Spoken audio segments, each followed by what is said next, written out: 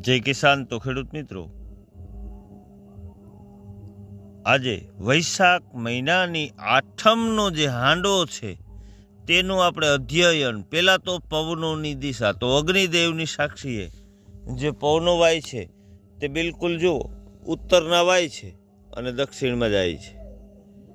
ક્યારેક જે પવન જે છે તે વાયવ્યના વાય તો અગ્નિખૂણામાં, જે મેં સામે જુઓ ચંદ્રદેવ દેખાય છે. ચંદ્રદેવ ઉગ્યા એને અત્યારે 10 મિનિટ જેવો સમય થઈ ગયો છે. હજી એક પણ વાદળ આવ્યું નથી. વાદળ આવવા જરૂરી છે. આવતા ચોમાસાને લઈ અને નબળા સંકેત ગણાય. પણ જે લાલ કલર જુઓ તમે, જે ચંદ્રમાં લાલ થઈ ગયા છે તેના ઉપરથી એ ઘણા બધા કોષમાં કહેવાય, એક ભેજમાં કહેવાય, જેને કારણે મોટો ચેન્જીસ ટૂંક જ સમયમાં વાતાવરણમાં આવે એવા સંકેત ચંદ્રમાએ આપ્યા છે.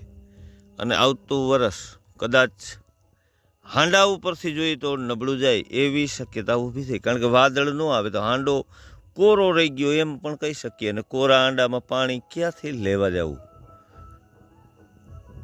અને હજી પણ આવતું જે નક્ષત્ર 11 તારીખથી જે ચાલુ થાય તેમાં જો સૂર્યતાપ વધુ પડી જાય, ઉત્તરના પવનો પડી જાય તો જે દોષ હોય તે ધોવાઈ જતા હોય. તો આપણે જોઈએ આવતા નક્ષત્રમાં શું થાય.